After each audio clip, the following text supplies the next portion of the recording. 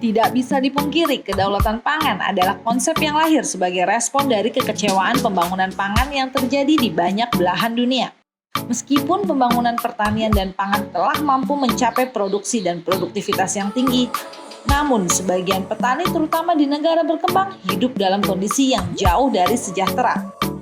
Banyak pihak yang tidak puas terhadap kondisi pangan lokal dan perdagangan pangan dunia. Bukti menunjukkan bahwa meskipun ketahanan pangan tercapai, namun belum mampu menjamin kondisi pangan lokal dan juga tidak mampu mengangkat martabat petani. Semua akan kita bahas dalam program diskusi Obrolan Merah Putih. Kedaulatan pangan menjaga kedaulatan negara.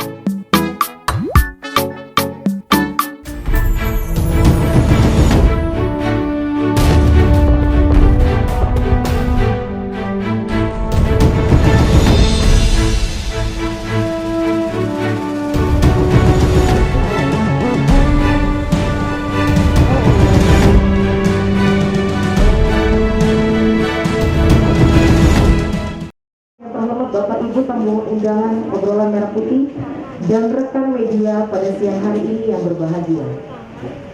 Alhamdulillah, puji syukur kita panjatkan kehadiran Tuhan Yang Maha Esa, karena atas rahmat-Nya kita masih diberikan kesehatan sehingga berkesempatan hadir dalam acara Obrolan Merah Putih hari ini. Acara ini merupakan acara kedua dari serangkaian Obrolan Merah Putih yang diselenggarakan oleh Aliansi Nusantara yang bekerja sama dengan kantor berita Indonesia Colony.com dan kedai kopi Merah Putih. Diskusi Obrolan Merah Putih ini mengusung tema kedaulatan pangan menjaga kedaulatan negara. Saya akan bacakan susunan acara Obrolan Merah Putih hari ini, terdiri dari pembukaan, menyanyikan lagu Indonesia Raya, pembacaan doa, pemaparan materi oleh narasumber, sekaligus diskusi dan tanya jawab, dan penutup. Baiklah, kita akan masuk ke acara berikutnya. Para tamu undangan, para narasumber dimohon untuk bangkit berdiri. Kita sama-sama mendengarkan dan menyanyikan lagu kebangsaan kita, Indonesia Raya.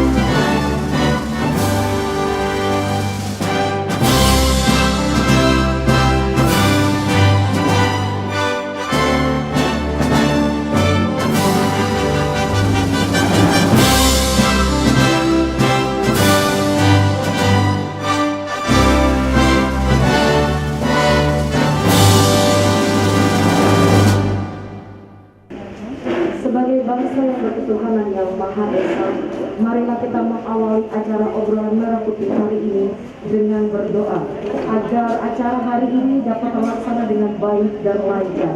Untuk pembacaan doa akan dipimpin oleh Bapak Zainal Abidin. Waktu dan tempat dipersilakan.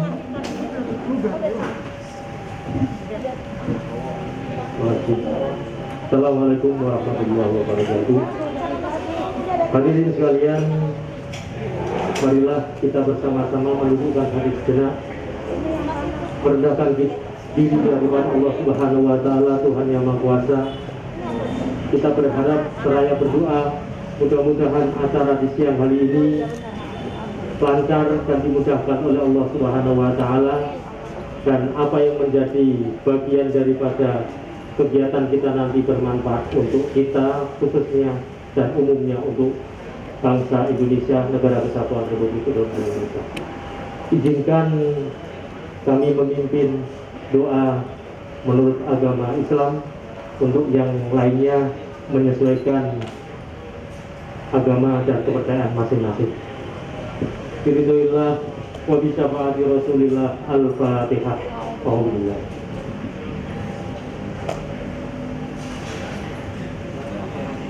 Allahumma shalli wa sallim ala sayyidina Muhammad wa ala ali sayyidina Muhammad sayyidina al-awwalina wal akhirina wa radiyallahu tabaraka wa ta'ala min sahabatina ala rasul ajma'in. Bismillahirrahmanirrahim. Alhamdulillahi rabbil alamin. Hamdan syakirin, hamdan na'imin, hamdan yuafi ni'amahu wa yukafi majidah. Ya Rabbana lakal hamdu kama yanbaghi li jalalikal karim wa 'azimi sultanik. Allahumma salli wa sallim ala sayyidina Muhammad wa ala ali sayyidina Muhammad.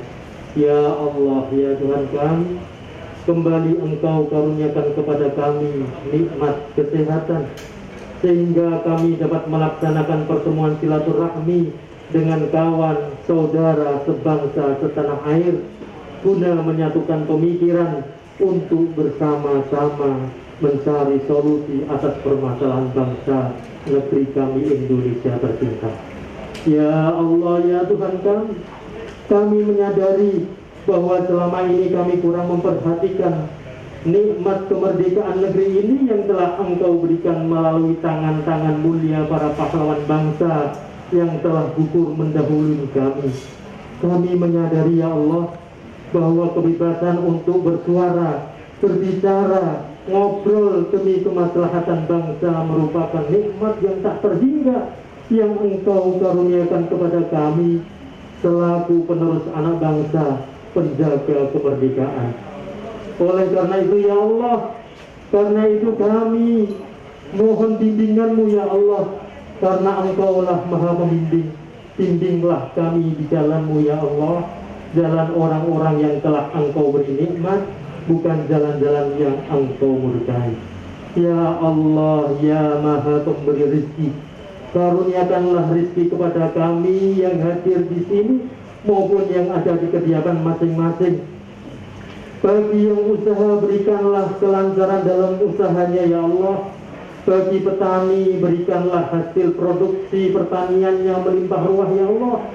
Bagi jurnalis, mudah-mudahan bagi mereka dalam mengemas berita dengan baik dan bertanggung jawab, serta profesi lainnya, mudah-mudahan Engkau berikan kelancaran, kemudahan segala urusannya.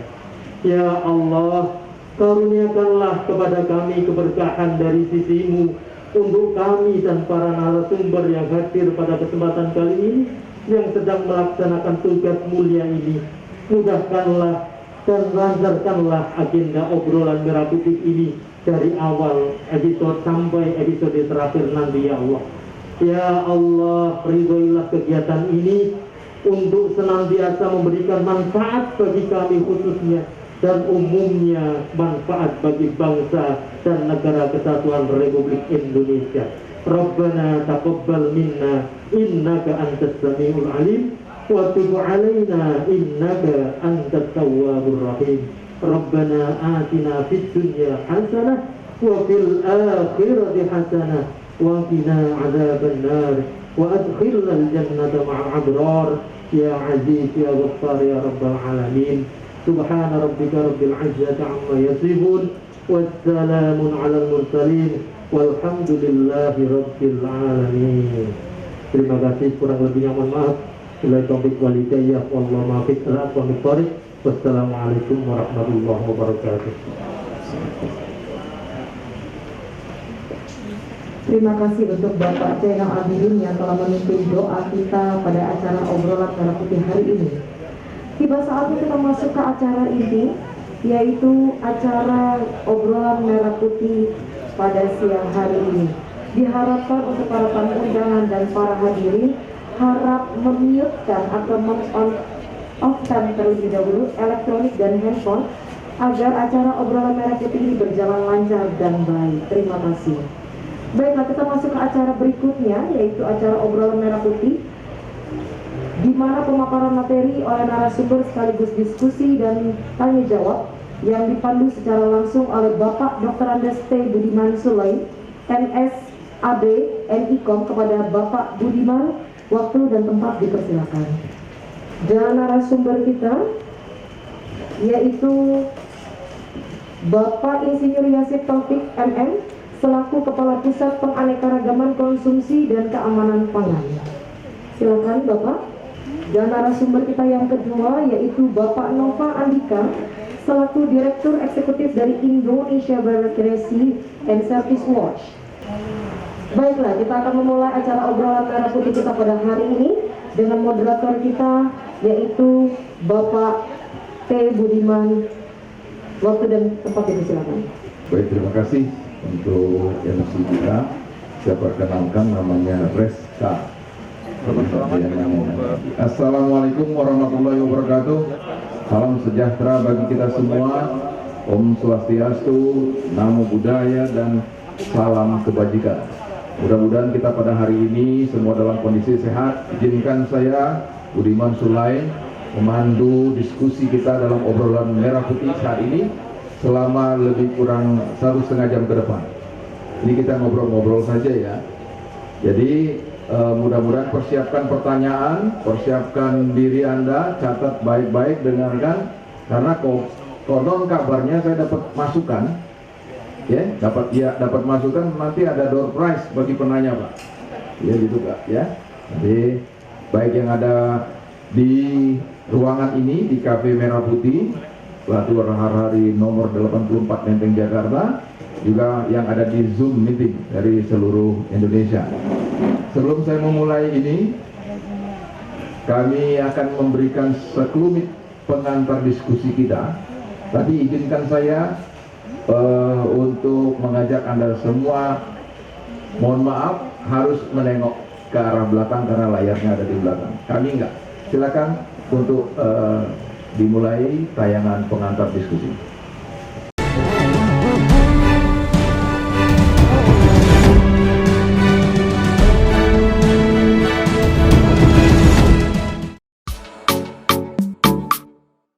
Tidak bisa dipungkiri, kedaulatan pangan adalah konsep yang lahir sebagai respon dari kekecewaan pembangunan pangan yang terjadi di banyak belahan dunia. Meskipun pembangunan pertanian dan pangan telah mampu mencapai produksi dan produktivitas yang tinggi, namun sebagian petani terutama di negara berkembang hidup dalam kondisi yang jauh dari sejahtera. Banyak pihak yang tidak puas terhadap kondisi pangan lokal dan perdagangan pangan dunia. Bukti menunjukkan bahwa meskipun ketahanan pangan tercapai, namun belum mampu menjamin kondisi pangan lokal dan juga tidak mampu mengangkat martabat petani. Semua akan kita bahas dalam program diskusi obrolan merah putih. Kedaulatan pangan menjaga kedaulatan negara.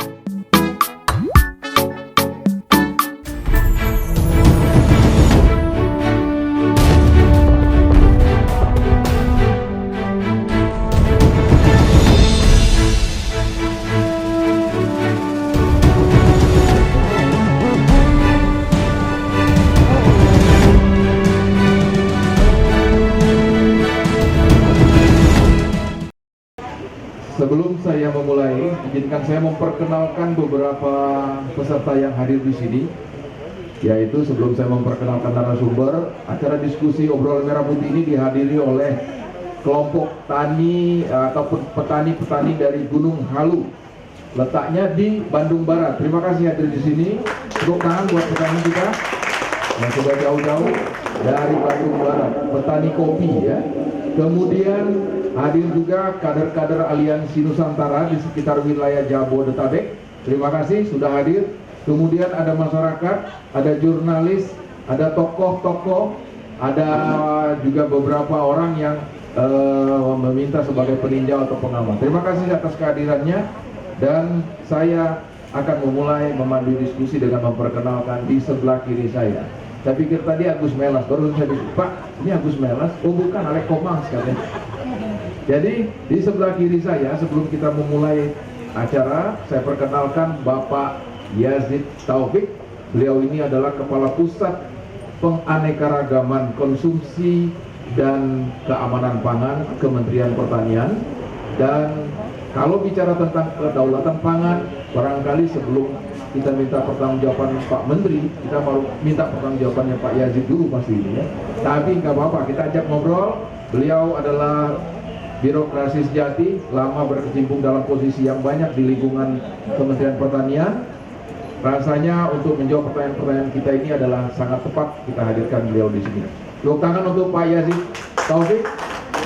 Kemudian di sebelah kanan saya adalah Bung Nova Andika. Saya bilang tadi zamannya lagi tren ini ya, ada Andika-andikanya. Kalau Bung Nova Andika Perkasa, bahaya hadir ke sini. Saya nggak punya kemampuan untuk melakukan fit and proper test gitu. Beliau ini adalah Direktur Eksekutif dari sebuah lembaga yang menamakan dirinya Indonesia Bureaucracy and Services Watch, atau dari pemantau birokrasi dan pelayanan ya di Indonesia. Beliau aktivis, malang melintang, dan tulisannya banyak. Bisa Anda googling saja bagaimana concern beliau terhadap beberapa hal yang bersifat ke arah pertanian juga banyak, dan juga hal-hal lain. Kita yakin bahwa dalam hal ini menyoroti kedaulatan pangan, beliau punya kemampuan untuk itu, dan karena saya juga sudah diberikan bahan oleh beliau. Terima kasih hadir di sini, Bung Nova. Kita akan berdiskusi.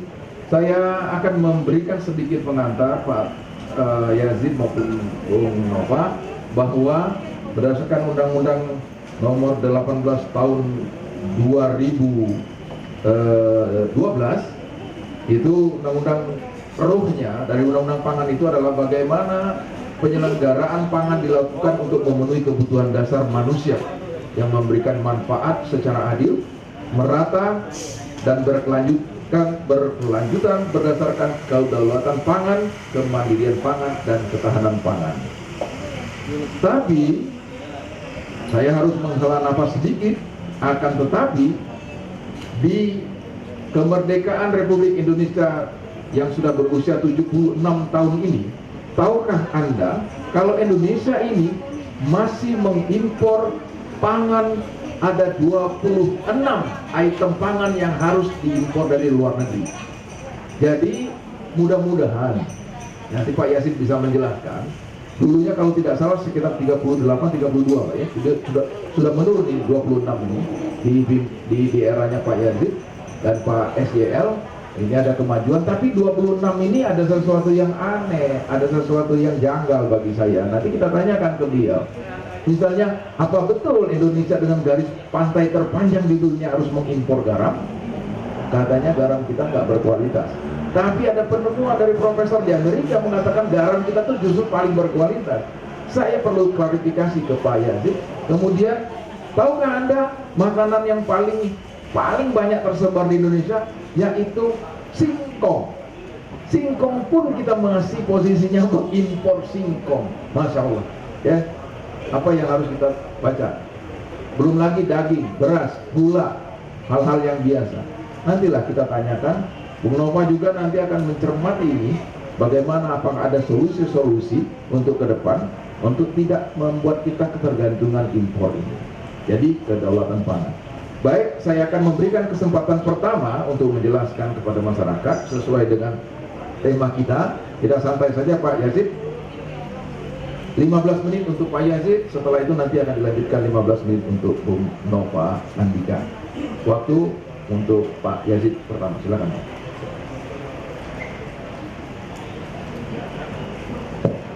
Ya baik, terima kasih Pak Budiman sebagai moderator. Bapak Ibu sekalian, Assalamualaikum warahmatullahi wabarakatuh. Selamat sore dan salam sejahtera bagi kita semua. Kami mengucapkan terima kasih atas undangan dari kelompok obrolan Merah Putih Aliansi Nusantara. Ini sangat menarik sekali. Merah Putih tentunya kita merefleksikan bendera kita yang harus dikibarkan, harus ditegakkan tanpa ada kompromi untuk tidak apa ya, harus tegak gitu, harus berkibar. Untuk berkibar itu maka memang harus diperjuangkan, Pak. Jadi kedaulatan itu harus diperjuangkan tidak hanya oleh sekelompok tetapi seluruh komponen masyarakat bangsa yang ada di negara kita. Itulah untuk menegakkan Sangsaka Merah Putih.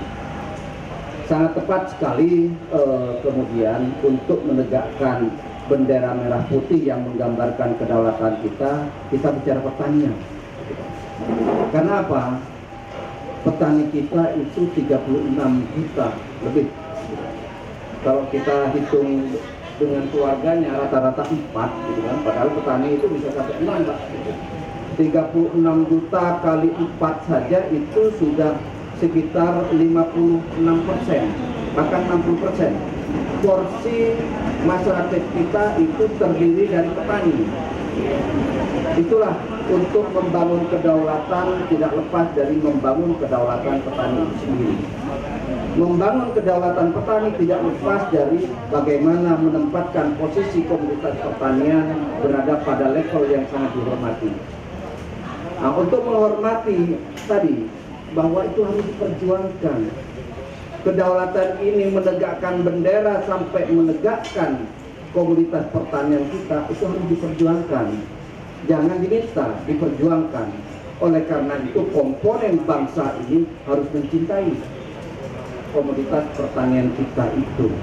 Tanpa kita mencintai komoditas pertanian kita, maka akan terjadi yang namanya kita agak sulit untuk menegakkan kedaulatan.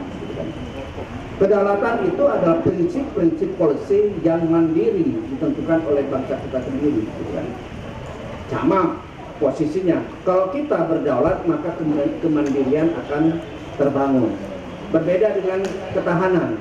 Ketahanan yang penting bagaimana pangan itu tersedia, terjangkau dan dimanfaatkan.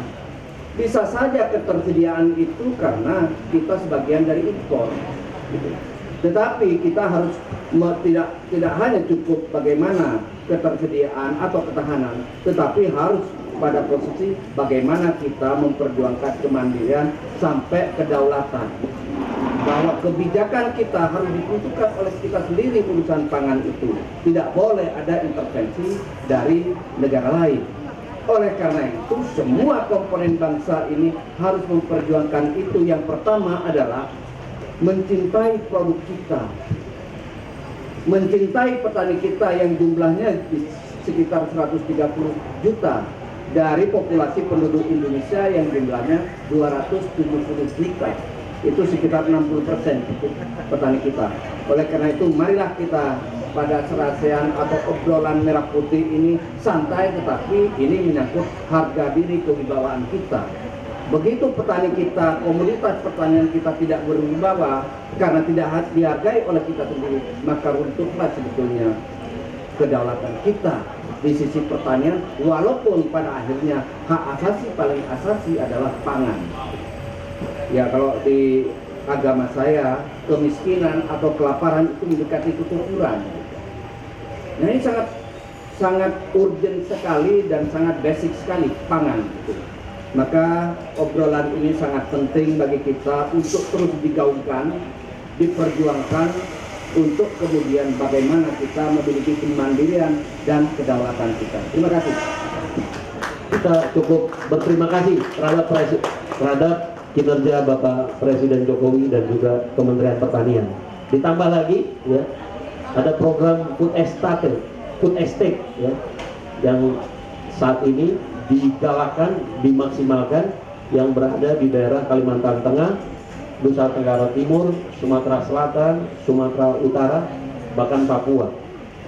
Dan kami menilai bahwa dengan adanya kebijakan food estate ya, kebijakan pangan nasional untuk memperkuat ketersediaan pangan nasional kita, dan jangan cuma bersandar pada daerah-daerah yang berada di luar Pulau Jawa, karena itu akan ada masalah ketika adanya distribusi ya, membawa hasil pertanian dari Kalimantan ke Jawa, ke Pulau Jawa, itu biaya tinggi.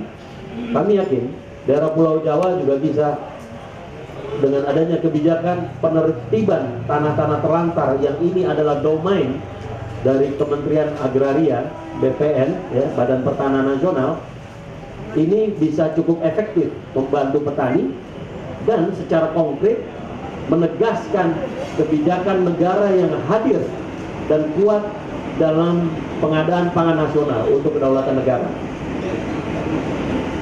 Sayang sekali ya, kalau saja petani kita ya, tidak mendapatkan lahan dari HGO terlantar.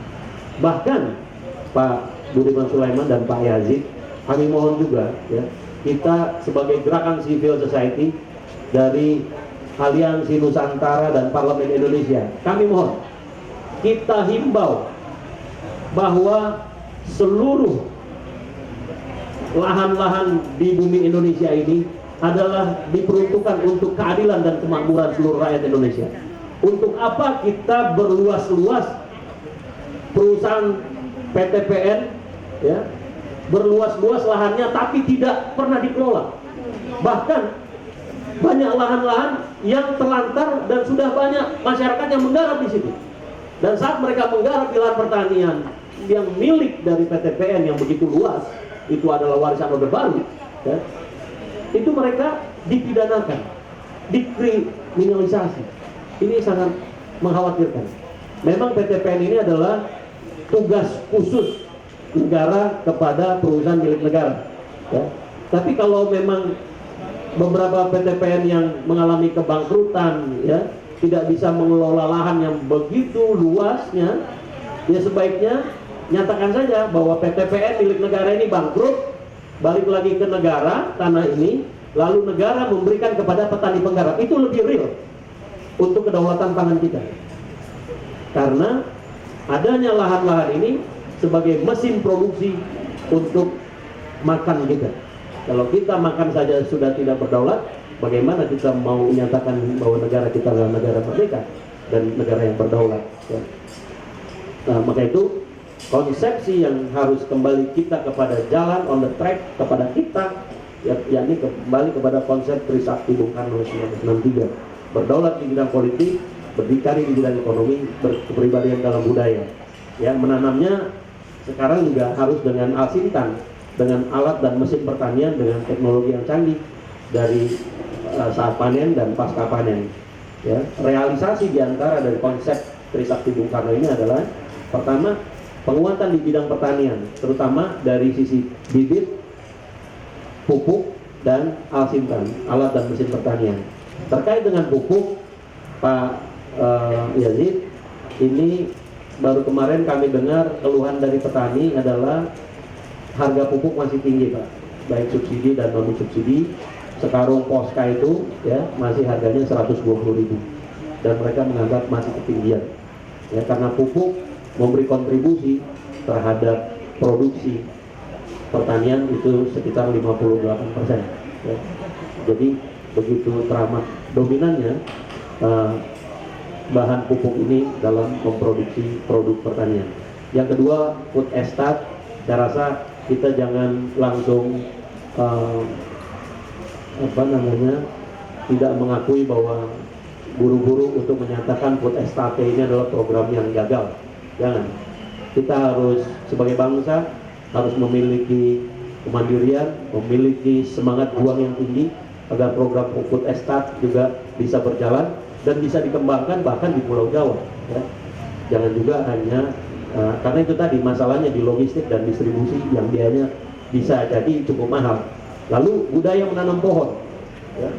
Kami mohon setelah ini, terima kasih Pak Budiman Sulaiman dan juga Bapak Rosa Adang dan Pak Zainal Abidin ya, dari teman-teman obrolan merah putih ini. Kalau saat ini, hari ini kita menjadi saksi gerakan civil society, kita diundang untuk berdiskusi tentang bagaimana menyelamatkan kedaulatan pangan. Kalau bisa, mari kita gerakan, undang kami untuk kita bisa menanam pohon sebanyak-banyaknya. Gak usah jauh-jauh, di tempat kita kalau ada lahan yang terlantar ini kita tanami pohon. Pohon yang bisa membuahkan hasil yang jelas kepada kita daripada ya lahan-lahan yang ada ini terlantar. Kalau nggak ada lahan sekalipun dengan pot-pot kita tanam pohon itu. Mungkin ini saja sebagai satu pengantar. Terima kasih. Terima kasih, tepuk tangan buat Bung Andika Perkasa. Mau Pak Andika? Oh boleh, ada dulu. Bintangnya udah beda. Baik, terima kasih. Semangat sekali karena beliau ingin sekali sebenarnya bagaimana memenuhi kebutuhan ketersediaan pangan itu menjadi suatu hal yang pokok. Jadi kita ini dilematis pada posisi tadi disebut kemandirian, ya, ketersediaan dan ketahanan. Jadi kita harus selamatkan yang mana dulu? Ya tentulah isi bagaimana menyelamatkan perut rakyat dulu kan?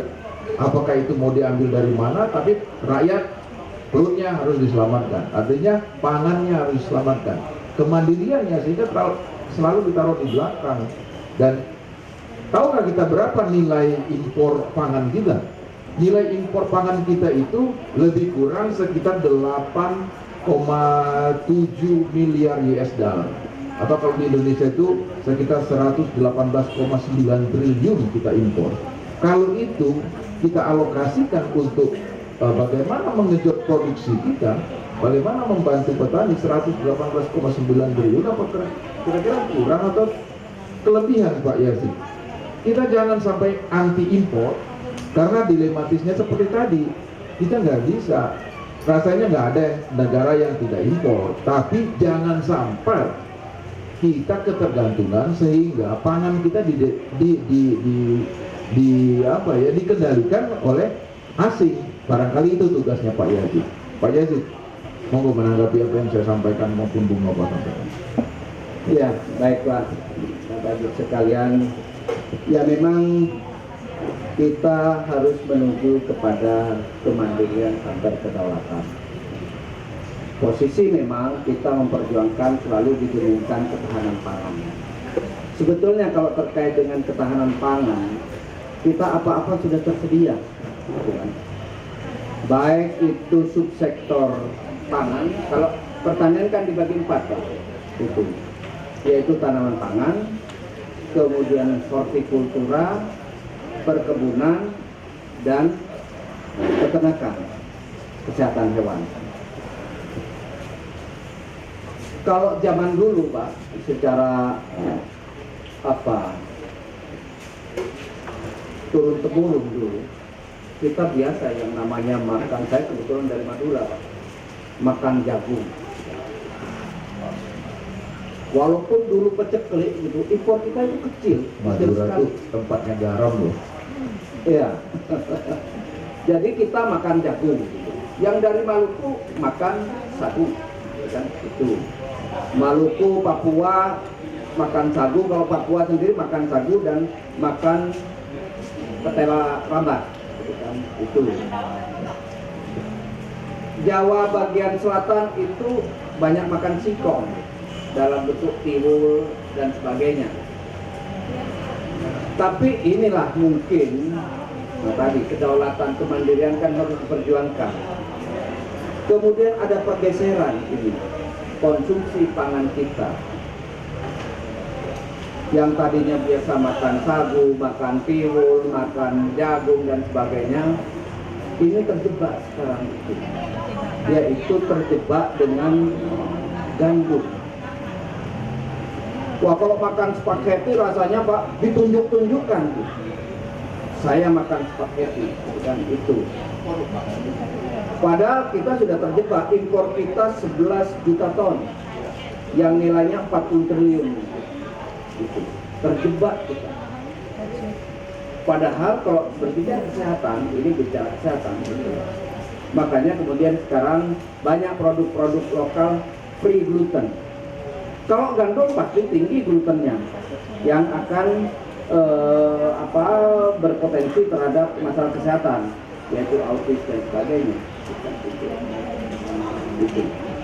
Kalau pangan lokal yang namanya sagu, sukun, singkong, kentang, apalagi ya talas, ganyong dan sebagainya itu adalah free gluten. Bahkan indeks glikemik, kita punya beras ya, ini glikemik beras itu tinggi, 72 lebih. Kalau yang namanya sagu itu hanya 48, 38. Nah indeks glikemik ini kan makanya teman-teman kita, masyarakat kita, saudara-saudara kita masih muda aja kena diabetes itu karena masalah indeks glikemik. Ini masalah perjuangan kita karena kita terjadi transformasi konsumsi, yaitu dari pangan lokal menuju kepada bahkan yang terjebak sekarang yang namanya roti, Indomie dan sebagainya ini. Termasuk dalam hal kaitannya dengan hortikultura, buah-buahan, sayur-sayuran, kita itu defisit 11 triliun per tahun. Kita bangga kalau kemudian yang dibawa itu kiwi, apel, gitu kan? Bangga kalau kita makan apel, rasanya makan kiwi gitu. Bahkan selebritis kita itu di Google itu kelompoknya itu ada tuh. Pokoknya yang mempromosikan kiwi, kalau makan seminggu berturut-turut itu kulitnya mulus, pokoknya itu. Karena itu. Padahal kita punya salak, punya kesemek dan sebagainya. Impor kesemek sekarang besar. Artinya Jepang dan Korea itu produksi kesemeknya sudah merambah itu. Padahal kita sejak dulu yang namanya kesemek itu banyak gitu. Saya potong soal penganeka-ragaman konsumsi. Ya itu Pak ya. Sebenarnya kan kita terjebak tadi apa yang disampaikan oleh Pak Yazid. Jadi saya punya data kira-kira gini Pak. Lahan sagu di dunia itu sekitar 6,5 juta hektar. 8,5 juta hektar. Dan di Itu 90% ada di Indonesia dan ada di Papua. Ada di Indonesia. Tapi bagaimana dengan produksi dan pemanfaatan serta penganeka-ragaman konsumsi Pak? Kaitannya Pak? Mau Bapak disambungkan ini? Iya, sebetulnya lahan sagu kita terbesar di dunia. Lahan dunia itu 8,5 juta. Lahan sawah kita hanya 7,3 juta. Itu untuk memproduksi padi. Sementara lahan tadi sagu itu 8,5 juta. 8,3 jutanya ada di Indonesia, yaitu di Papua dan Maluku. Itu kalau betul-betul dieksplorasi produksinya itu 8,3 juta kali 20 ton per hektar itu sekitar 160 juta ton. Itu sagu. Itu sudah komparasinya itu sama dengan beras yang kita produksi sekitar 154 juta.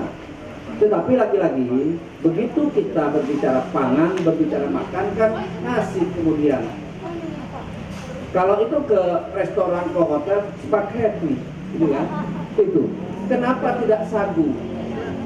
Berbicara kedaulatan tadi, berbicara petani, tidak lepas dari pasarnya itu siapa? Pasar adalah kita semua yang tidak mengapresiasi komoditas pertanian kita, masalahnya itu. Tadi, begitu lihat megang kiwi, lebih bangga daripada megang kesemek atau salak. Ini kan permasalahan kita sebetulnya. Padahal dari sisi nutrisi, yang namanya tanaman di tropis itu pasti lebih bergizi. Yang itu kerja keras kita, bagaimana mengubah mindset masyarakat itu kan, persepsi masyarakat tentang produk lokal dan produk luar. Padahal kalau kita bicara ketahanan pangan, kedaulatan pangan, harusnya yang produk lokal dulu yang dibangun. Apa yang ada di program pemerintah sekarang untuk yang tadi kan penganeka-ragaman konsumsi, program seperti apa? Ya, memang kita kalau di Kementerian Pertanian kan bicara makro agregat gitu. Pak Menteri betul dalam mencanangkan bagaimana membangun pertanian itu. Pertama, merdeka ekspor, nyerang gitu kan itu. Tapi di sisi lain membangun food estate, konsolidasi pada internal. Bagaimana pertanian itu diusahakan pada skala yang optimal, food estate. Permasalahan kita kenapa memang terjadi degradasi di dalam usaha pertanian itu? Memang dimulai dari kurun waktu yang panjang tadi, bahwa masyarakat kita kurang menghargai komoditas pertanian lokal kita. Itu pasti kalau tidak menghargai, tidak ada demand, tidak ada permintaan.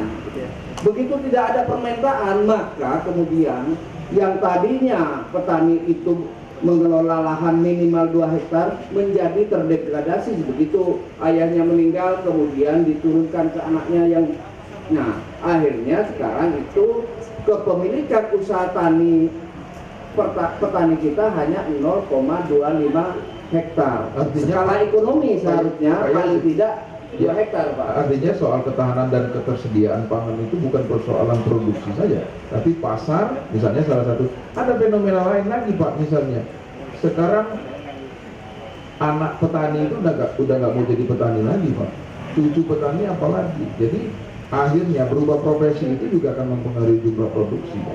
Betul tidak itu data? Iya, itu makanya Pak Budiman tadi menyinggung konversi lahan yang rata-rata kita 100.000 hektar per tahun itu di Jawa, lahan yang sangat produktif. Walaupun kita sebetulnya kalau kaitannya dengan lahan di luar Jawa itu searat-arat, mata memandang tuh lahan yang tidak dimanfaatkan. Karena apa? Gitu. Karena apa? Karena begitu produksi itu dilakukan oleh petani, di rak-rak market itu adalah diisi oleh produk impor. Nah itu rak-rak display terutama di pasar modern kita itu adalah diisi oleh produk-produk impor. Nah, ini memang permasalahan-permasalahan kita.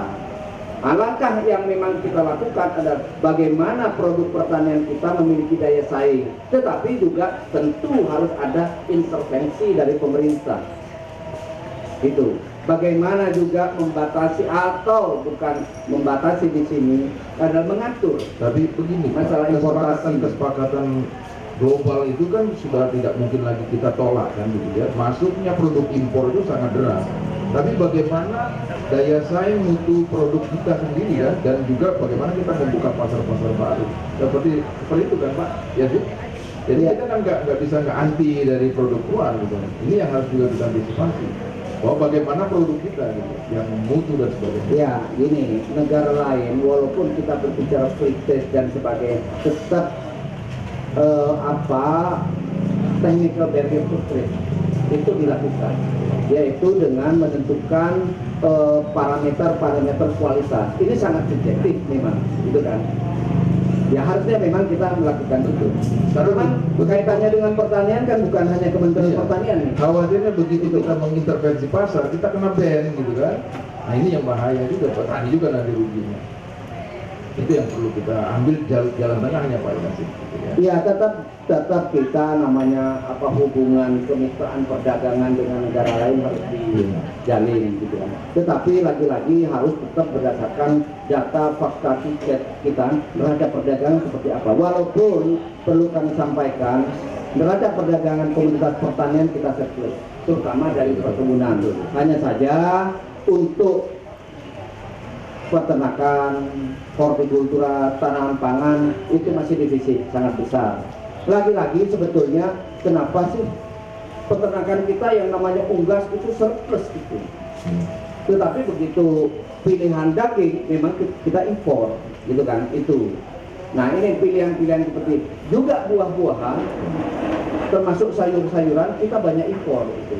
Termasuk yang paling besar impor adalah bawang putih. Padahal sebetulnya kita memiliki bawang putih, gitu kan? Jadi bukan masalah produksi ya? Bukan masalah produksi. Ini masalah style ini. Iya, persyaratan bawang putih itu harus di ketinggian 800 ke atas. Itu Indonesia ini kan luas dan banyak posisi topografi untuk ditanami bawang putih yang sesuai. Cuman lagi-lagi, nah ini kan produsen dan pedagang, gitu kan? Ya bagaimana kita pemerintah harus melakukan pengelolaan ini. Ini pemerintah, gitu kan. Tapi lagi-lagi faktanya memang ada produsen yang namanya petani dan ada pedagang. Ya. Itu. Ini memang harus kita duduk bersama-sama. Ada yang memimpin. Jadi di jalur produksi juga harus ada yang dibenahi. Ya, kita sudah sebetulnya pada konsep food estate bagaimana melakukan konsolidasi agar proses produksi itu pada skala ekonomi. Begitu pada skala ekonomi pasti efisiensi terjadi. Efisiensi terjadi maka produktivitas akan tinggi. Produktivitas tinggi maka daya saing kita akan tinggi. Itu Kita sudah tahu alur yang harus kita lakukan. Tetapi lagi-lagi kalau kemudian begitu diproduksi, begitu menuju pasar sudah diisi orang lain, balik lagi tuh ke petani itu. Nah ini yang memang perlu kita lakukan bersama-sama, perjuangkan bersama-sama. Lagi-lagi kembali kepada masyarakat kita, bagaimana mencintai produk pertanian kita dengan keunggulan-keunggulan yang sebetulnya lebih unggul daripada yang lain. Jadi harus makan, minum yang memang berbasis dari produksi lokal dulu lah, dari yang luar. Baik, terima kasih Pak Yazid, minum dulu lah karena panas kan di sini kan. Jadi kita ke Bung Nova dulu. Saya belum kasih kesempatan ke penonton, ke peserta karena di sini juga saya. Mas Nova, tadi Pak Yazid ini saya pikir berulang-ulang dia memang semangatnya merah putih gitu. Bagaimana beliau memperjuangkan keberpihakan kepada petani, keberpihakannya. Tapi menurut Anda dari pengamatan ini sampai sejauh ini apa betul dan sudah terasa belum keberpihakan saat ini kepada petani? Atau yang kurangnya di mana yang harus kita benahi? Silakan. Yang selama ini kami alami bersama petani di lapangan, di lahan-lahan pertanian, di daerah-daerah terpencil, di lahan yang luas, itu keluhan petani masalah permodalan. Lagi-lagi masalah permodalan. Ya. Bahkan petani itu masuk di dalam lingkar jerat hutang yang tidak pernah berkesudahan. Ya. Sebelum panen dia sudah dikasih hutang. Setelah itu ketika panen mereka tidak bisa menjual ke tempat lain, ya, karena banyak tengkulak. Ya. Harganya pun tidak lagi kompetitif untuk bisa dijual kepada pihak tengkulak yang selama ini mereka berhutang. Dan lebih bahaya lagi itu yang namanya praktek-praktek. Kalau di sini sekarang tenar marak adanya pinjol, ya, pinjaman online. Kalau di masyarakat itu lebih mengerikan lagi, Pak. Namanya bank keliling, ya. Di mana-mana. Bahkan jangankan petani, ya. Itu rumah tangga itu bisa bercerai gara-gara bank keliling itu, benar, ya. Benar. Dan itu kami rasakan dan tetangga kami ada yang seperti itu. Dari punya rumah sampai rumahnya diambil oleh pihak bank keliling, ya, sampai tinggal di kandang bebek. Ya, bercerai, anaknya pisah, istrinya pisah, ya, itu lebih mengerikan. Ya. Jadi negara harus hadir untuk memberikan pendanaan, pembiayaan bagi petani. Harus jelas konkret, karena sampai hari ini, ya, belum ada programnya, tapi belum tersebar secara merata. Maka itu kami mohon gerakan civil society, ya, dari KP Merah Putih ini, ya, untuk bisa juga sama-sama, ayolah kita bantu masyarakat. Ada juga fenomena seperti begini, Bung Nova. Ya. Jadi para pemodal besar ini justru sedang banyak juga yang bermain. Artinya begini, mereka berpura-pura melakukan pembinaan, kemudian begitu usaha dari rakyatnya sudah mulai besar, mulai dicaplok juga. Mereka kembali ke titik nol lagi. Nah, ini kan perlu jelas bahwa regulasi keberpihakan kepada mereka juga harus bagaimana memprotek mereka supaya mereka nggak terjebak dalam lingkaran itu. Seperti apa kira-kira pendapat Anda tentang Ya, sama dengan kebijakan food estate yang tadi disampaikan oleh Pak Yazid. Itu kan sekarang Kementerian Pertanian sibuk dengan memberikan pendampingan ya Pak, ya, terhadap program food estate. Dan kami rasa juga pembiayaan lembaga-lembaga keuangan yang melakukan pembiayaan terhadap produk pertanian kepada para petani itu juga harus dilakukan pendampingan. Jadi jangan hanya buat program tapi tidak ada pendampingan, ya, baik oleh dari lembaga keuangan, baik juga dari pihak desa. Itu yang harus dilakukan pendampingan, harus ada monitoring, ya, harus ada perbincangan juga di masing-masing. Kalau pinjam kur ke banknya susah, mereka akhirnya jatuh juga kepada para pemilik modal ini.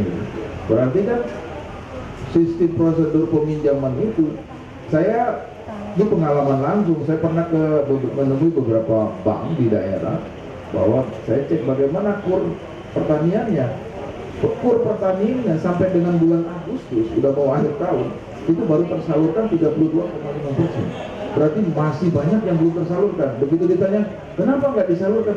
Pak, bukannya nggak mau nyalurkan, kami bingung disalurkan mana. Data dari Dinas Pertanian itu berbeda. Nah, jadi ini ada miss-nya di mana nih Bung Nomo? Ya, kembali kepada tenaga pendataan dan juga kembali lagi kepada mental tadi, ya, berkepribadian dalam budaya gitu.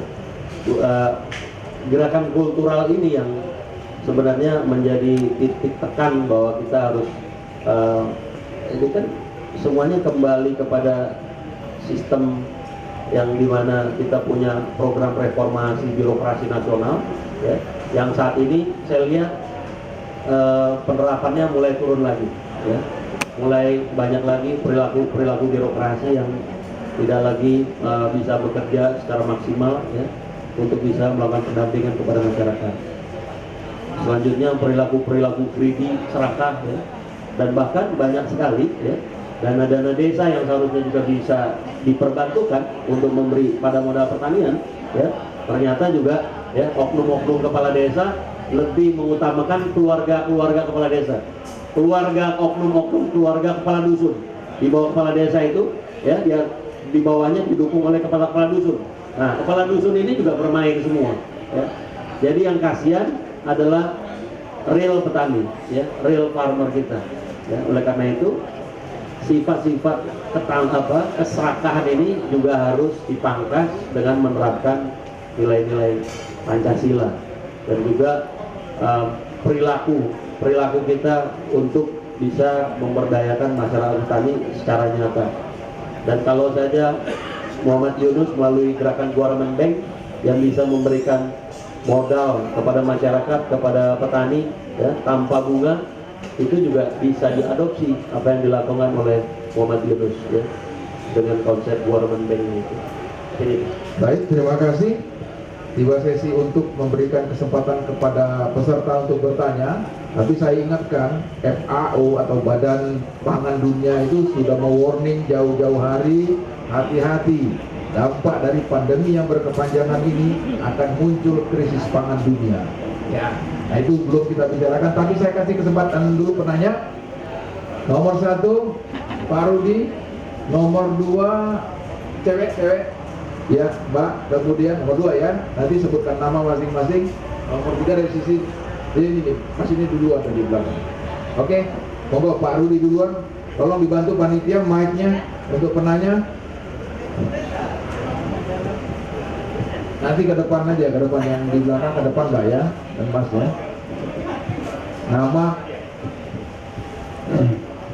Selamat siang. Terima kasih abang saya yang hormati. Ini moderator yang cukup provokatif, ya, supaya lebih hot bicaranya. Jadi narasumber yang Pak Nova dengan Pak Tofi. Jadi saya setengah nanya, setengah mau bercerita sedikit. Jadi fenomena negeri ini memang luar biasa. Tapi kalau kita bahas nggak ada selesainya. Kalau ngomong sampai kiamat nggak kelar. Jadi harus ambil satu titik nol. Bahasa kami itu titik nol. Jangan salahkan pemerintah, jangan salahkan dunia, jangan salahkan siapa. Tapi mari kita sama-sama duduk bareng, berpikir mau gotong royong sama-sama menyelesaikan masalah ini. Tadi Pak, saya sangat miris mendengar bahwa negeri penghasil sagu terbesar di dunia, tapi sudah diklaim oleh Malaysia. Saya bingung juga, kalau Malaysia itu negara penghasil sagu terbesar di dunia. Pohonnya di mana juga saya nggak tahu. Jadi mohon maaf bukannya saya promosi, tapi kebetulan di sini ada kami produk namanya sagu mie. Sagu, ya, mie dari sagu. Ya, sederhana produk itu. Jadi saya hanya memberi satu masukan. Mulai sekarang kita fokus dengan yang namanya superfood. Mudah-mudahan bisnis superfood ini menjadi terobosan baru buat Indonesia, yaitu satu, sorghum. Mari kita budayakan sorghum yang 12 tahun, konon ceritanya sudah digadang-gadangkan oleh Kementerian Pertanian, tapi aplikasinya sampai saat ini tidak bisa sempurna. Padahal sorghum kita itu termasuk salah satu terbaik di dunia karena bisa menghasilkan beras, menghasilkan nira yang Bapak bisa lihat di situ di botol, bisa menghasilkan tepung dan menghasilkan beras. Jadi jangan mimpi untuk menggantikan beras itu dengan subsidi bahwa kita itu kalau nggak makan beras, artinya kita nggak biasa makan beras. Jadi saya pasti gini, harus makan beras. Kalau nggak makan beras nggak bisa. Tapi beras masih impor. Selalu kalau di TV dibilang, wah nanti kita akan terjadi defisit harus impor beras, gandum semua. Jadi kalau boleh saran, ya saya hanya minta teman-teman semua baik dari stakeholder yang ada, mari kita fokus kepada yang namanya superfood. Sorghum, sagu, rumput laut itu menjadi salah satu kekuatan besar untuk kekuatan baru. Janganlah kita lawan mereka, kekuatan kartel besar itu nggak bisa dilawan Pak. Ya, mie sagu itu nggak bakal bisa masuk Pak supermarket. Tapi kami lawannya dengan cara apa? Sosial, kekuatan sosial. Mari kita berjaya. Ini itu sudah sampai desa Pak. Gunung Halu sudah nikmatin mie sagu Pak. Nah, jadi kembali lagi paradigma kita ini sekarang ini harus merubah habit masyarakat Indonesia itu diajak untuk mengkonsumsi produk-produk yang mungkin notabene yang ketergantungan impor tinggi. Itu saja. Nah, terus kemudian mari bangun bisnis-bisnis yang dari startup bisnis UMKM itu yang berbasis yang kayak tadi seperti sorghum, sagu, apa yang mungkin menjadi salah satu solusi kita buat mengurangi ketergantungan. Tapi ini mudah-mudahan dari kami yang pelaku bisnis di hilir di kafe-kafe sudah punya misi Pak. Bahkan beliau ini sudah membawa lemon Pak. Jadi kita kafe-kafe shop ini juga punya tugas untuk menampung produk-produk dari petani yang tadi mungkin susah dijual nembus market yang ada. Kita ini harus untuk. Nah, jadi saya hanya tidak memberi pertanyaan, tapi mudah-mudahan dari info saya ini mungkin Bapak bisa kasih tanggapan. Itu aja sudah. Terima kasih. Oke, baik. Terima kasih Pak Rudi. Kemudian penanya kedua, Mbak yang belakang agak maju aja Pak. Mic-nya ada di depan. Sebutkan nama dari mana Pak. Assalamualaikum warahmatullahi wabarakatuh. Saya Bu Nur Tanjung dari suaranusa.com. Di sini saya mendengar petani-petani kita itu kurang lahan. Itu sedangkan HGU ya Pak ya, HGU itu di mana-mana banyak, sudah terlantar. Itu bapak-bapak mungkin mencari solusi itu dulu untuk diberikan ke petani kita. Malah ada yang menjual-belikannya. Saya pernah ikut satu acara untuk mengambil dari orang yang membeli tanah HDU itu, yang masih Selasa sekarang dia orang Selasa ya Pak ya. Mungkin itu dulu kita temui untuk memberi lahan. Terus saya kemarin ikut ini juga Pak dari Dinas Ketahanan Pangan juga kemarin. Untuk Jakarta tidak ada lahan, tapi masyarakat itu diberdayakan untuk ruang.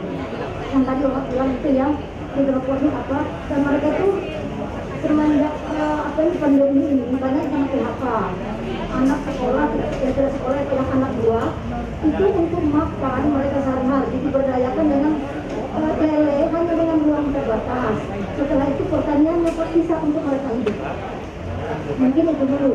Nanti kalau memang Bapak memberdayakan, saya nggak tahu ya Bapak dari mana sumber tanamannya apa. Tapi kemarin dari Bu Eli Dinas DKI itu memberi kami memberitahu kami agar kontak ke mereka, nanti mereka akan membantu. Kita kasih nomor HP mereka ya. Karena ini tanggung jawab kita bersama. Terus di kampung-kampung itu mampu Pak untuk uang itu mampu. Hanya saja kita harus turun ke bawah untuk membina mereka. Dan harus terus menerus dibentuk kader Pak, entah itu kapan dan RW.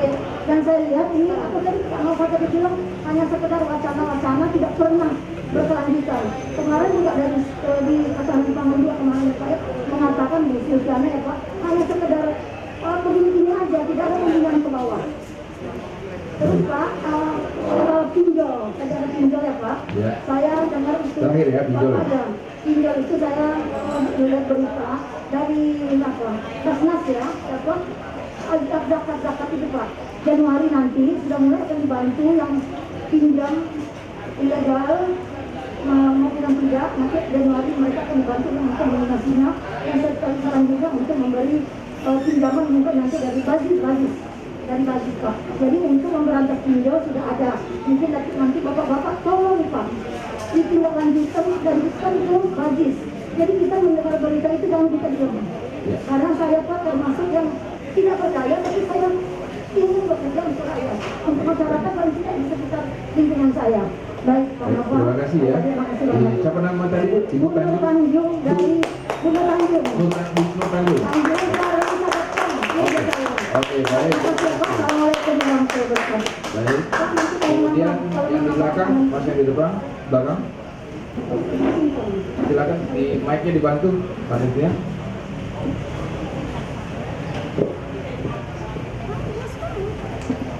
Ya, nama saya Hendra dari Depok.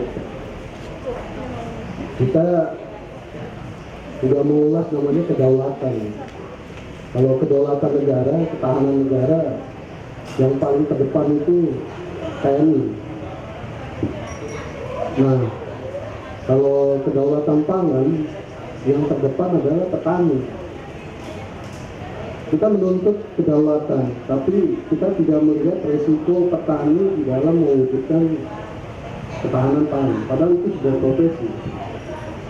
Sedangkan pemerintah sudah bagus ada BPJS, ada BPJS tenaga kerjaan, di mana tenaga kerja yang mengalami kendala atau pemutusan kerja hak dia dijamin oleh negara.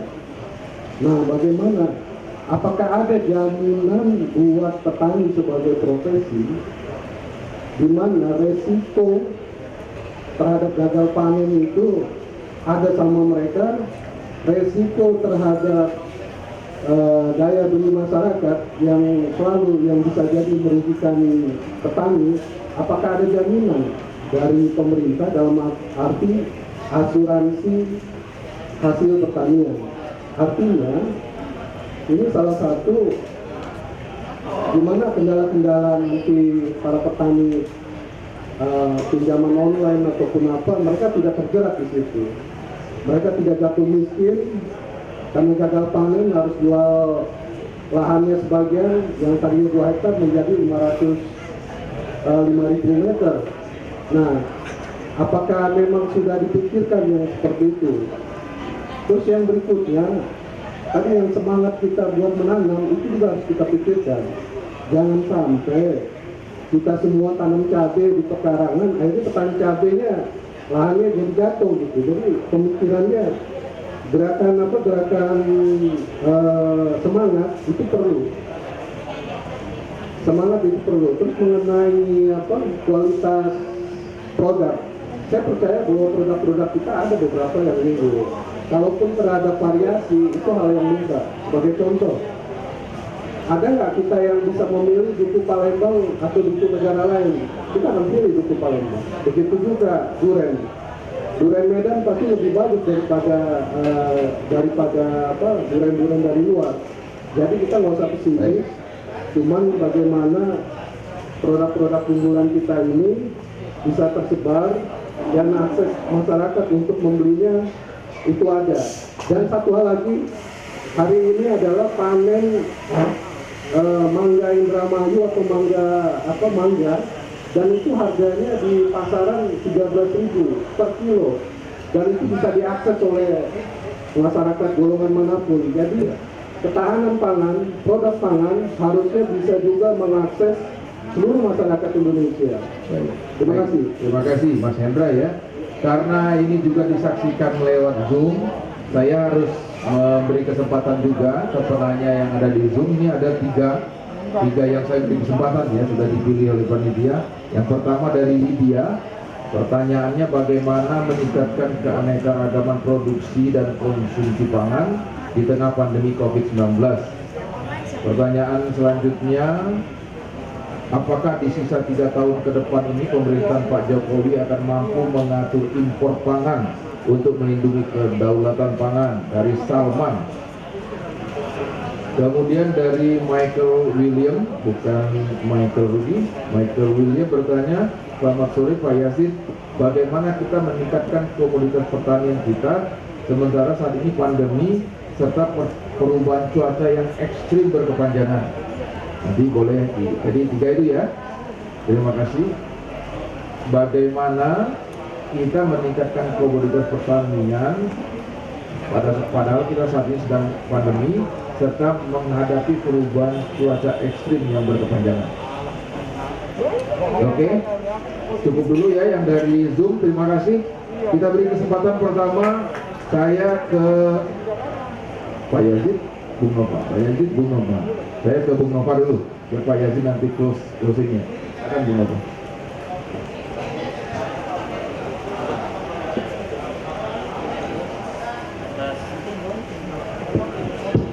Atas pertanyaan-pertanyaan yang ada dan juga ada tadi statement dari Pak Udi ya. Ini sangat baik sekali tadi ya tentang superfood ya, terus juga adanya UMKM yang berbasis superfood tadi ya. Saya rasa juga harus dibuat pasarnya juga harus bisa menyerap itu. Saya rasa pasarnya harus dikondisikan.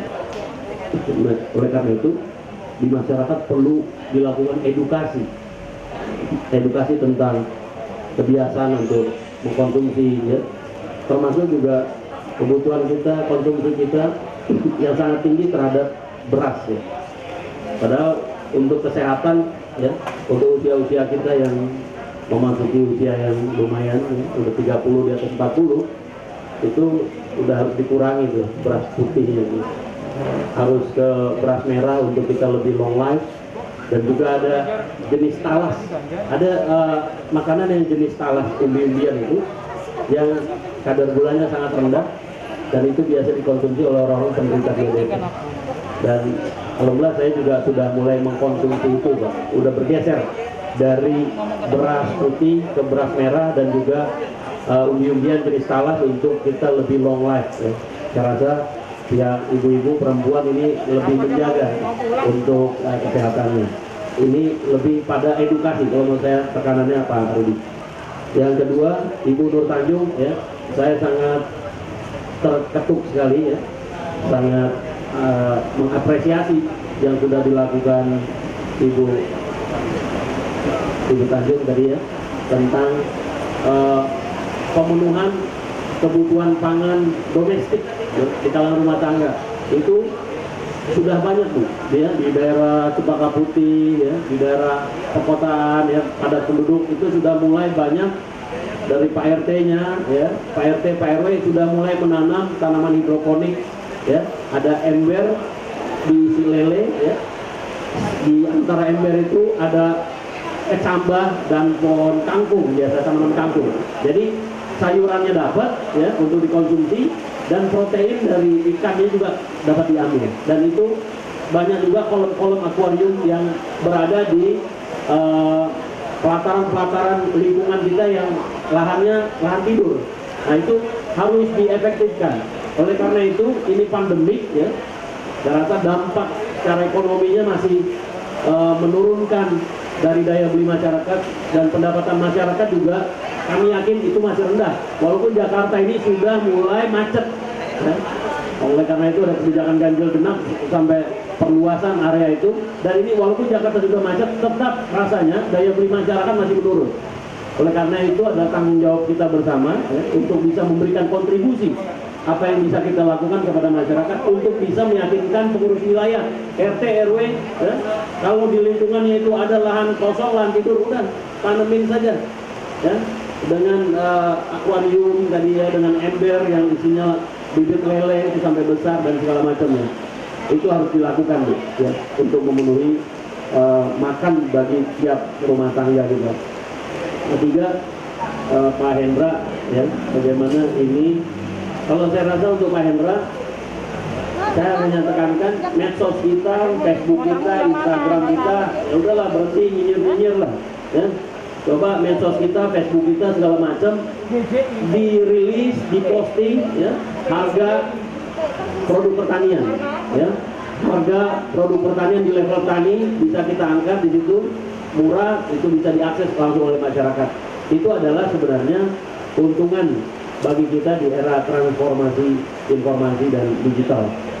Ya, selanjutnya untuk di Zoom ya, pertanyaan-pertanyaan dari yang ada ini tentang kedaulatan pangan di sisa periode Pak Jokowi, ini harus kita tanggapi dengan penuh percaya diri dan semangat ya. Artinya kita berhusnuzon ya, dengan baik sangka ya.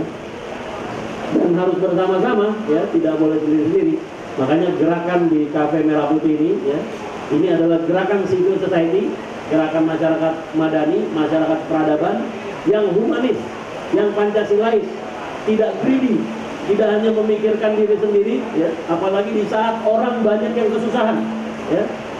Oleh karena itu mari kita lawan dengan gerakan kumpul-kumpul ngobrol kita pada siang sore hari ini menjadi berkah dan menjadi maslahat untuk kita semua, dan kita harus bangun memberikan yang terbaik walaupun sedikit untuk bangsa kita, terutama di masa pandemi, di masa sulit. Jangan lagi mengambil keuntungan, apalagi bersifat komersialisasi dan mencari kekayaan sendiri kelompok-kelompoknya di saat orang sedang kelaparan, Pak. Makan saja susah. Saya nangis dengar petani ketika mereka beli pupuk sangat tinggi ya. Kita sedih, Pak. Saya baru kemarin dari kampung-kampung di Sukabumi itu, mereka petani ya sudah tidak bisa lagi mengakses pada pinjaman kepada kur ya, tetapi pinjamnya dari pinjaman online, bahkan dari bank keliling yang kalau kita lihat yang pinjam 2 juta ditagihnya sampai 40 juta ya. Kalau bank keliling itu, Pak, pinjam hari Senin 1 juta, hari Selasa dapatnya 800.000, 900.000. Nanti 1 bulan ke depan dia harus bayar beserta bunganya 1.200.000 sampai 1.300.000. Jadi ini informasi untuk kita semua. Terima kasih, Pak. Baik, terima kasih. Langsung Pak Yazid. Ya, terima kasih. Ya, kami memang mengakui bahwa pertanian kita memang masih memiliki kekurangan, terutama terkait dengan subjek yang membangun pertanian itu sendiri, yaitu petani. Kita ketahui bahwa kalau ada KPPS itu 60% petani kita masih berpendidikan SD ke bawah dan sisi pendidikan itu memang menjadi sehingga dengan tingkat pendidikan yang rendah, maka adopsi teknologi, adopsi informasi data sangat lambat dia menangkap itu. Itu oleh karena itu memang Kementerian Pertanian melakukan selalu di lapangan, di paling ujung ada di kecamatan, ada penulis yang terus melakukan edukasi dengan bagaimana mensosialisasi, mendistribusikan teknologi. Terkait dengan juga masalah pemekaran, Kementerian Pertanian sudah membuat MOU dengan Bank Indonesia bahwa setiap tahun ada 70 triliun anggaran atau dana yang bisa diakses oleh petani dengan pelaku kredit usaha rakyat, dan itu sudah berjalan itu dengan bunga yang sangat murah, yaitu 6%. Dan itu sejak Pak Yasin Lipo dari Menteri Pertanian mulai dari awal itu sudah ada kur didirikan untuk petani dengan dana yang dengan interest rate yang rendah itu. Jadi terkait dengan permodalan itu paling tidak dengan kur sudah kita berikan. Kemudian terkait dengan masalah pendidikan itu dulu bergerak dengan itu. Lagi-lagi pertanyaan Pak Rudi tadi, saya berterima kasih Pak Rudi bahwa marilah kita beralih kembali dengan makanan lokal kita, diversifikasi pangan lokal kita, karena ketersediaan dan jenis makanan pangan lokal kita sangat banyak. Tinggal bagaimana ini di luar Kementerian Pertanian menciptakan menu makanan yang berbasis pangan lokal itu sendiri. Ini persoalan kan sebetulnya gengsi, gitu kan? Itu gengsi. Kalau orang makan spaghetti, makan pizza, kadang-kadang gengsinya seolah-olah meningkat dibandingkan makan singkong rebus. Kita sekarang membina UMKM untuk meng-create produk-produk yang paling lokal, mulai dari singkong kemudian chip singkong maupun ubi jalan gitu. Karena contohnya sekarang memang dimulai dari western. Kalau orang makan kentang gitu atau makan steak gitu kan, orang kan begitu mesen steak kan nggak mesen nasi gitu, makan kentang, artinya gandengannya itu kentang. Kenapa tidak ubi jalar walaupun kentang juga diproduksi oleh kita gitu.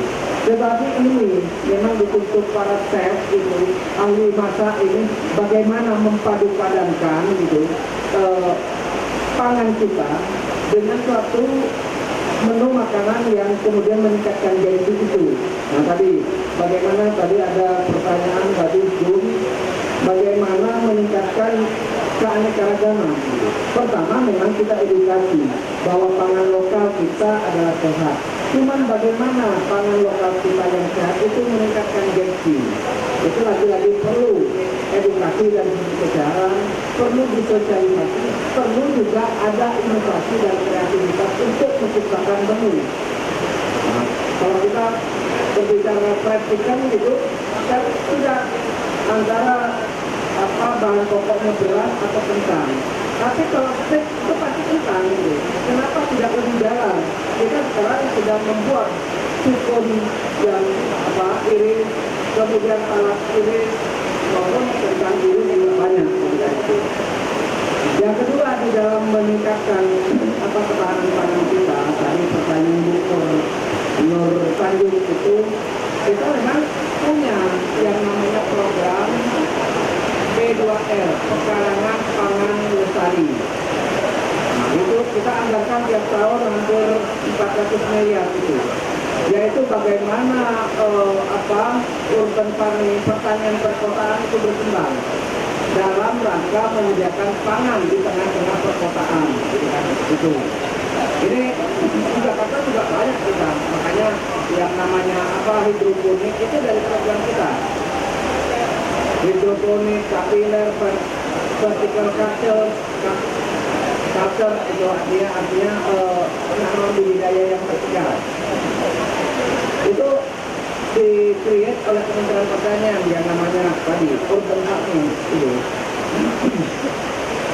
Tadi menyangkut kur dan sebagainya untuk memperkuat itu, tetapi juga kaitannya dengan informasi pasar, gitu kan. Kita UMKM kita lakukan bisnis meeting. Kita pertemukan dengan retail supaya ada kontrak farming antara retail kita dengan petani-petani kita. Itu sudah berjalan ini. Tadi kemudian kalau lahan itu sebetulnya kita sangat banyak ketersediaan sumber daya lahan kita. Cuman lagi-lagi memang, tapi bersyukurlah di masa pandemi ini yang awalnya orang market itu lebih cenderung belanja ke supermarket. Karena kalau supermarket itu di samping gengsinya pergi ke supermarket juga belanja. Tapi dengan adanya pandemi memang kemudian ada perubahan. Market itu tidak ke supermarket, tidak ke offline, tetapi ke online. Oleh karena itu online yang ada terutama di Jakarta itu sudah sampai 400 kali lipat itu meningkatnya. Ini yang kemudian UKM. Nah, ini yang kemudian dengan marketplace online kayak Beli, sayur box, Tani Hub dan sebagainya itu banyak sekarang berkembang. Itu biasanya langsung ke petani itu.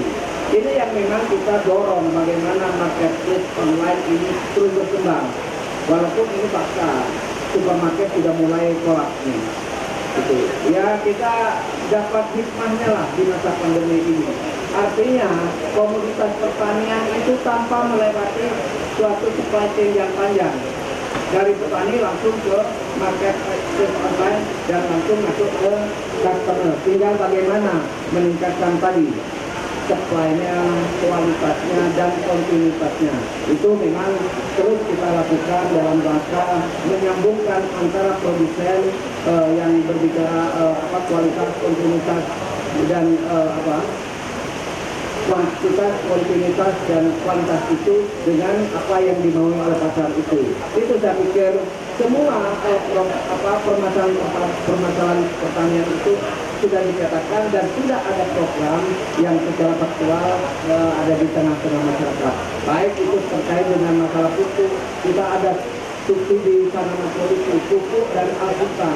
Itu kita berikan secara harga tertentu. Kalau alputan itu kita berikan cuma itu. Kita luar biasa, baik itu yang modern maupun yang manual gitu. Kita combine harvester itu kan pemanenan padi itu kan sekarang dengan mesin, tidak pakai arit lagi sekarang itu. Itu Kementerian Pertanian telah berbuat cukup banyak, tetapi lagi-lagi begitu berbicara supply chain pada sektor hulunya, memang ada pihak lain yang memang harus menjawab itu. Terima kasih. Baik, terima kasih. Kita beri tepuk tangan dua narasumber kita. Saya pikir cocok sekali, tepat sekali membangkitkan semangat bagi kita semua bahwa betul tidak saja di hulu, tapi di hilir juga harus dibenahi.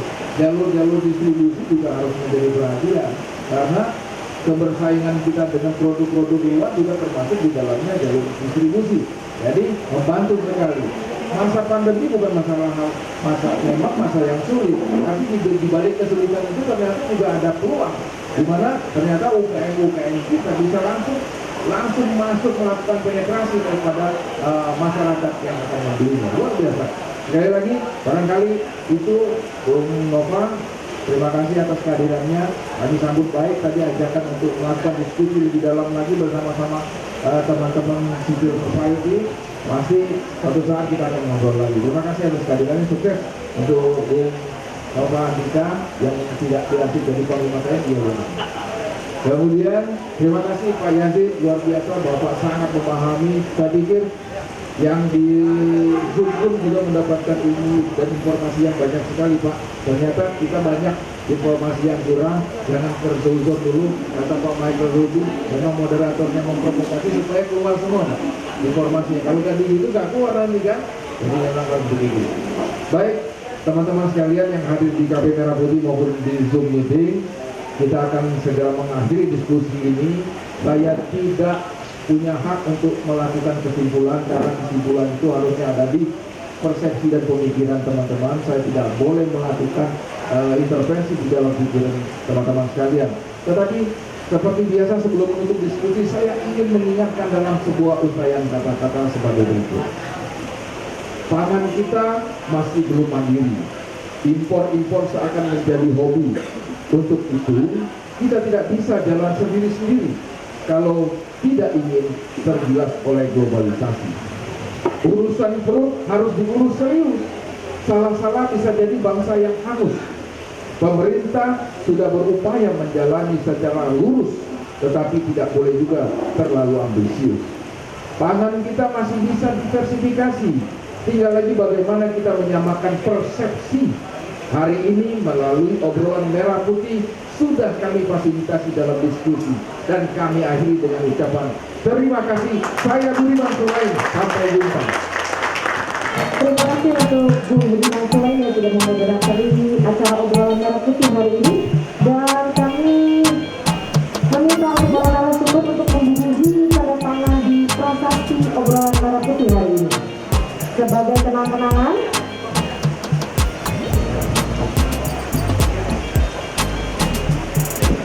pertama untuk Bapak Insinyur Yosef Taufik RM selaku Kepala Pusat Keanekaragaman Konsumsi dan Keamanan Pangan, mohon izin Pak untuk menghubungi tanda tangan di prasasti obrolan Merah Putih. Bebas Pak, di mana saja. Baik.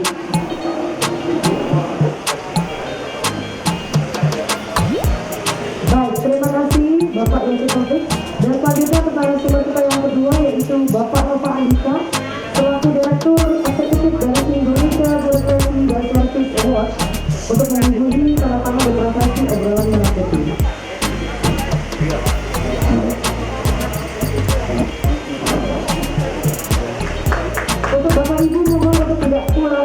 sejenak karena kita akan ada foto bersama. Baik Pak Yasin, mohon izin Pak Yasin. Pak Yazid, ada pembagian cindera mata untuk Ya. pandangan dari panitia. Pak Yazid izin kembali ke tempat semula. Pak Yasin mohon izin untuk tidak meninggalkan ruangan sejenak.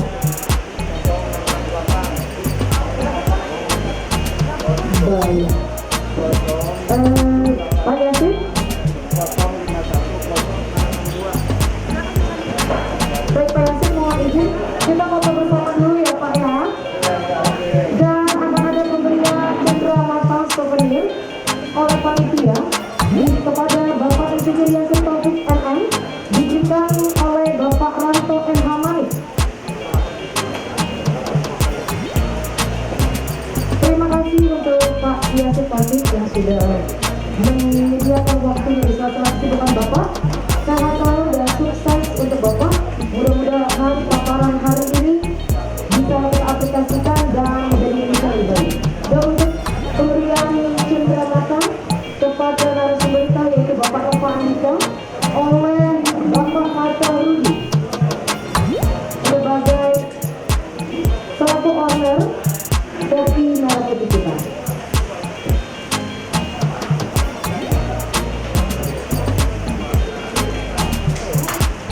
Dan untuk para media atau wartawan tidak diperkenankan untuk meminta nomor telepon para narasumber.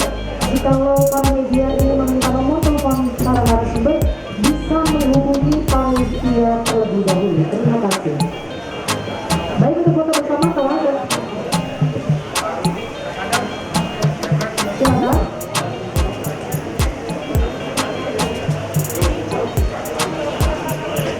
Ya, kita bisa percepat sejenak. Baik. Untuk foto bersama.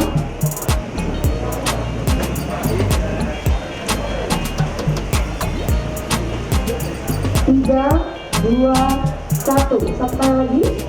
3, 2, 1. Sudah cukup? Baik, terima kasih.